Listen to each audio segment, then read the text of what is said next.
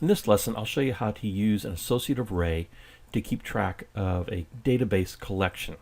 And we're going to populate the array with data, then we're going to be able to sort that information by different categories, add records, and remove records.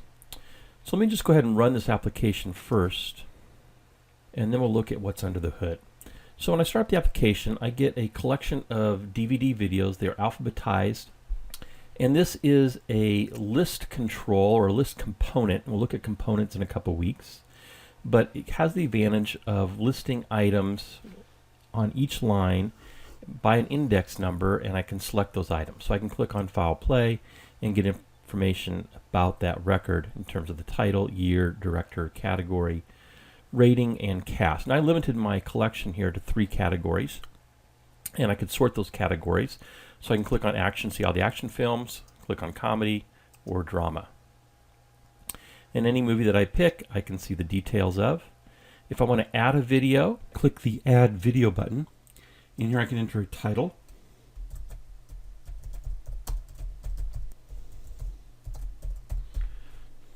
a category, and to make sure the categories are consistent, this is a dynamic text box, and the category is added by clicking one of these buttons.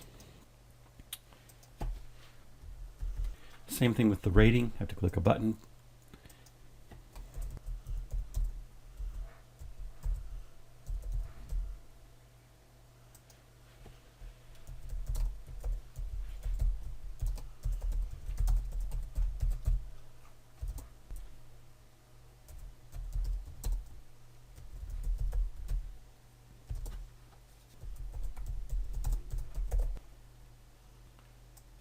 And once I've got my data entered, I can click the Submit button, and I could add more videos if I wanted. Let's go back to our Show All. So I'm going to click the Return button and click Drama again, and there is my Shawshank Redemption, and I can see the details.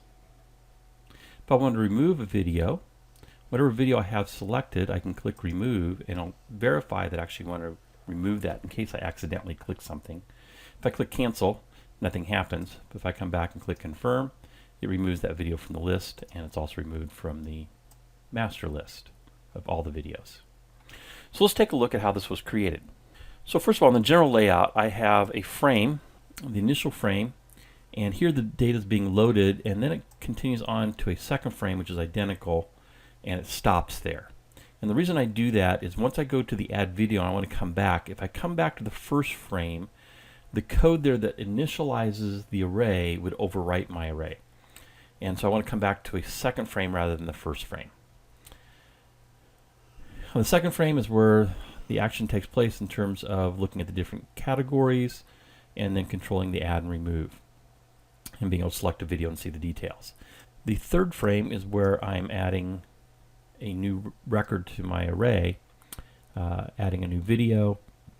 I've got a transparent button here on this frame that basically overrides these buttons, so the user can't click those buttons. All they can click on is this transparent button. That's getting the button click. So none of these buttons are clickable. Let's go back and look at the action on the first frame. So on the first frame, I have a statement that basically hides my movie clip that confirms whether the user wants to remove a video. And just to show you that, that's on this layer here. That's my movie clip. And so it's the visibility property of it is set to false until I want to use it. And then I've got an array called master list. This is all my videos. And then my current list is whatever's being displayed, whether it's just the action movies, the comedies, or the dramas. And then I populate my master list using the push method of an array. And so I have the information for each of those videos.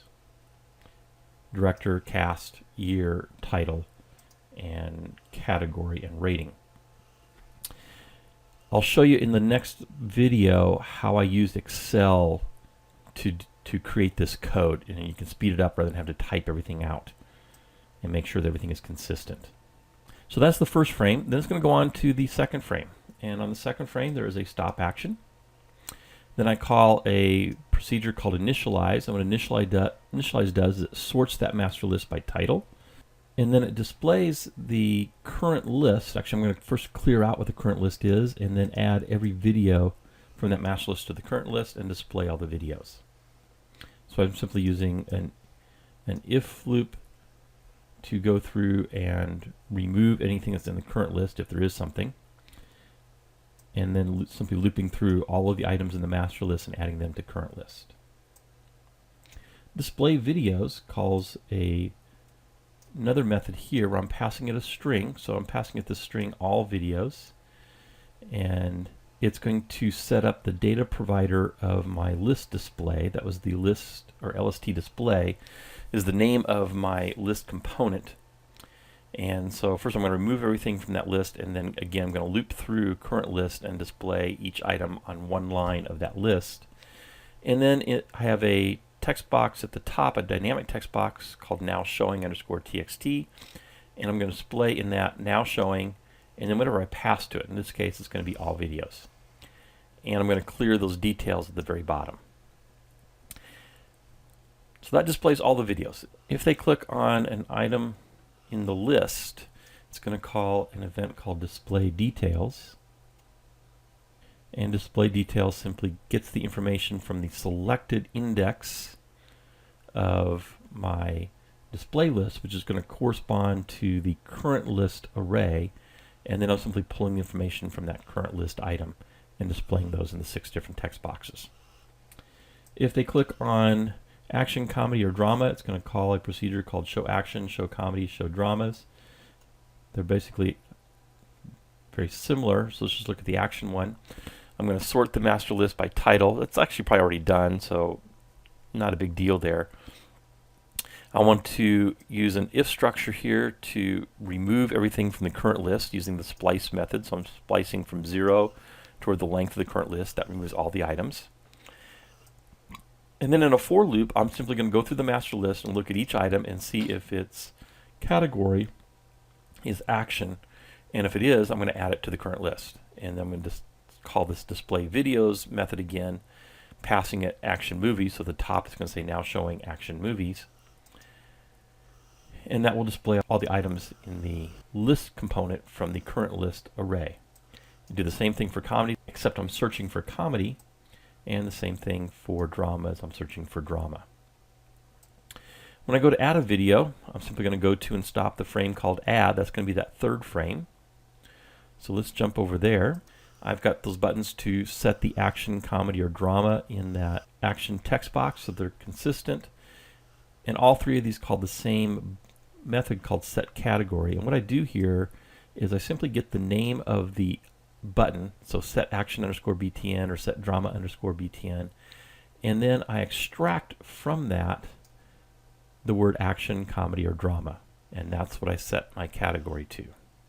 So I'm using, in essence, the names of the buttons to set that text box. I'm doing the same thing here for the rating, except that I want a dash in PG, and I can't have a dash in the name. So if the rating is PG-13, if that's what it extracted, then I'm going to set that text to PG-13. Otherwise, I'll just set it to whatever was extracted, which is rating. Okay, so when I go to submit a video, the submit button here, I call this function submit video. I'm first going to check to make sure that nothing was left blank in the input fields. If it was, then I won't do anything.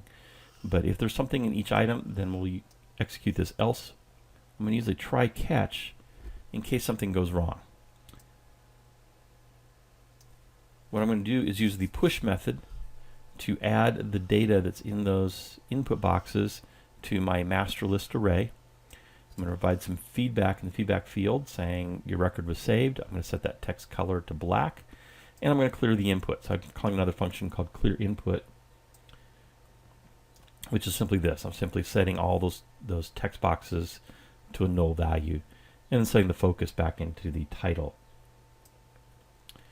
If something did go wrong, if this didn't work, then I have a feedback here that says something went wrong, record not saved, and I'm setting that to red. The clear button simply calls that clear input, and the return button simply goes back to our second frame, which was named data, and recalls the initialize, which is going to list that master list information. And then back on the second frame for that remove button, let's go back and look at our actions there. So on the remove button, it's going to call a function called remove click, and I'm basically getting the index value of our list component. And then I'm going to call a movie clip called confirm remove. That's that hidden movie clip. I'm going to set its DVD confirm underscore txt text to whatever the current video is by the title. So the dialog that comes up is going to ask me to confirm that I want to delete this title, and I'm going to set the visibility to true, which is going to show that dialog box. Let's take a look at that dialog box for a minute. So here's the dialog box. I've got some static text that says please confirm that you want to delete this video, and then the title, that's what's going to be displayed dynamically through that remove click function. And I have two buttons, confirm remove underscore btn and cancel remove underscore btn. Let's just take a look at that code. And so the cancel button simply sets the visibility to false. The remove button calls a root function called remove selected video, and I'm going to set the visibility then to false. So when I call this remove selected video, we're going to go back to frame 2, and this is the function that's being called. So I'm going to again get the index number of my list component display. I'm going to pull out the title, the year, and the director. I'm going to use those to confirm the record that we're going to delete from the master list. I'm using the splice method to get rid of the current list record. I'm going to clear my details. That's all the information at the bottom of the frame. So I also want to remove the item from the master list. And here I'm going to simply go through each item in the list and see if the title is equal to the title I want to remove. And if it is, I also want to check and make sure the year and the director are the same. It's a possibility you could have two titles that are exactly the same. So that's why I'm also comparing year and director. And if that's true, then I'm going to remove the item using the splice command, removing one record at item J. And then I use a break here so it stops going through the list.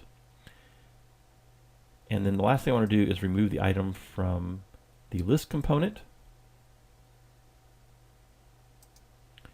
And then I use a break command to stop going through the items in the array. So then I want to remove the item from the list component that was removed from the current list so they stay synced.